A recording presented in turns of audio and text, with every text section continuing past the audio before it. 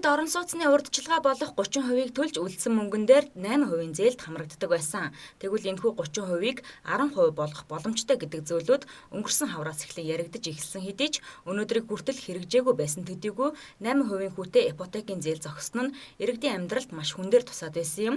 Тэгвэл өнөөдөр орон сууцны урдчилгаа төлбөрийг 10% болгох гэрээнд барилгахад байгуулалтын яам Голомт банктай хамтран ажиллах санамж бичигт гарын үсэг зурлаа. Тэгэхээр өнөөдөр бол банкуд дээр зөвхөн иргэд дээр хүлээлт үүссэн байгаа асуудал бол биш. Энэ бол банкуд дээр ч бас энэ хүлээлт үүссэн байгаа. Өөрөөр хэлбэл барилгын салбарт үйл ажиллагаа явуулж байгаа барилгын аж ахуйн нэгжүүд маань бүгд өнөөдөр энэ банкудад үр зээлтэй, өрийн гинжин шүлжээнд орсон гэж би түрүүн хэлсэн.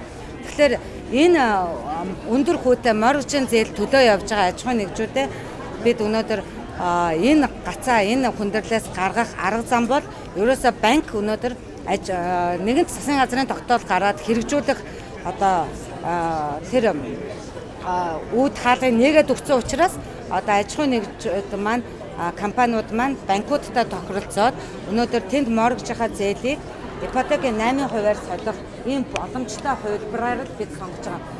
Сүүлийн саруудад дараалан орон сууцны үн бууж байгаа гэсэн хэдий ч иргэдийн хувьд бэлэн 80-аас 90 сая төгрөг төлөөд орон сууцанд орох хүн ховор байгаа хаа. Тиймээс нийгэмд иргэдээ хүлээсэн орон сууцанд орохоо хүлээсэн иргэдийн хүлээлтийг тайлж байгаа мэт сайн мэдээг урдчилгааг 10% болгох байлаа.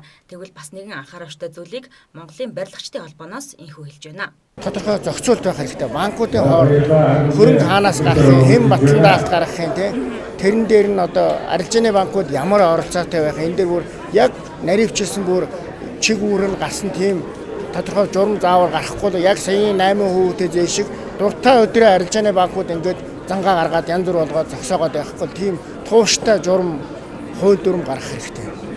Яг өнөөдрийн байдлаар нийслэлд ашиглалтанд орчихсон эзнээ хүлээж байгаа 8-9 мянга орчим орон сууц байгаа гэсэн тоо байдаг. Тэгвэл төдий чинээ иргэд мөн ипотекийн зээлд хамрагдан орон сууцанд орох хүсэлтэй байсан. Гэтэл ипотекийн 8% хүүтэй зээл зогсноор иргэдийн хувьд орон сууцанд орох нь мөрөөдөл болсон юм. Харин урдчилгаа төлбөрийг 10% болгосноор иргэдийн хувьд боломж гарч байгаа мэт боловч хэдэн хувийн хүүтэй зээлд хамрагдах нь одоогоор тодорхойгүй байна.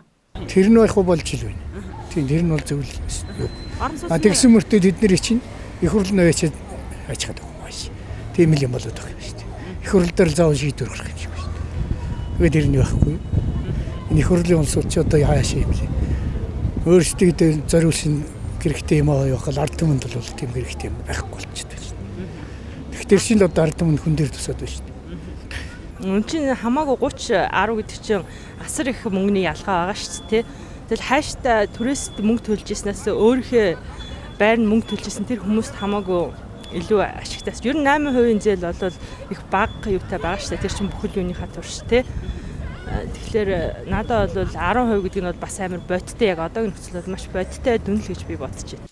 За ямар тач орон сууцны урдчилгааг 10% болгох шийдвэр нэг алхмаач гэсэн урагшилж байгаа таата мэдээ өнөөдөр иргэдэд хүрлээ.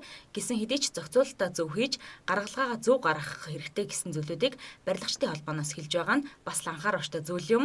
Тэгвэл одоо энэхүү шийдвэрийг хизээнээс хэрэгжиж эхлэхийг л хүлээх үйлдэлээ.